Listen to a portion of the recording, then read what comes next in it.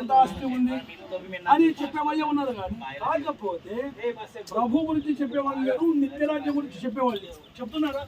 అందుకే 2024 సంవత్సరం చెప్పేది బాగలేదు. 2024 సంవత్సరం క్రితం ప్రభు అయిన యేసుక్రీస్తు వచ్చి భూమి మీద ఒక మాట చెప్పాడు.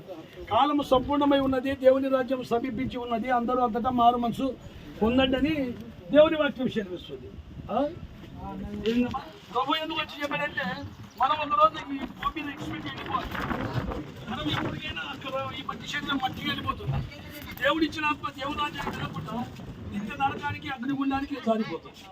అందుకే యేసుక్రీస్తు ప్రభు నీతిమంతుడు కనుక ఆ నీతిమంతుని రక్తమని సమాధి చేయబడ్డాడు, తిరిగి లేచాడు, మార్గము సత్యము జీవమై ఉన్నాడు. అటువంటి యేసుక్రీస్తు ప్రభు తెలుస్తున్నాడు. సమస్త భారములు పోయిచున్న ప్రజలను నా ఎదురు రండి, నేను మీకు విశ్రాంతిస్తాను. ఎవరికి ఎక్కడున్నాడు మీకు చెప్పకపోవచ్చునని నేను కర్నూలు నుంచి వచ్చాను. దేవుడు నాకు ప్రేరేపణ చేస్తున్నాడు, చెప్పండి.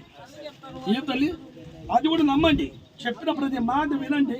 ఇది కులం కాదు, ఇది మతం కాదు, ఇది మార్గము, ఇది సత్యము, ఇది జీవం.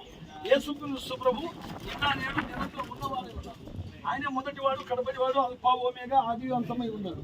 నేను ప్రభు నమ్మితే నిత్య జీవం ఉంది. పెద్దమ్మా, డబ్బులు రావు మనతో, వెండి బంగారం మనతో రావు, ఏది రాదు. కాదు ఒకటి మాత్రం వాస్తవం, దేవుని వాక్యం పరలోక రాజ్యం చేస్తుంది.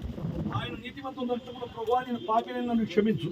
ఎవరైనాను యేసుక్రీస్తు ప్రభు అని రక్షకుడని నీవు నీటి వారు రక్షణ పొందుతారు. ఇదే రక్షణ మార్గం, ఇదే సత్యము. నమ్మితే నిత్యరాజ్యం, నమ్మకపోతే నిత్యరాజ్యం ఉంది, అగ్నిగుండం ఉంది, పాతాళం ఉంది. దాన్ని తప్పించుకొని పరలోక రాజ్యం చేసుకోవాలి. Okay, thank you. దేవుడికి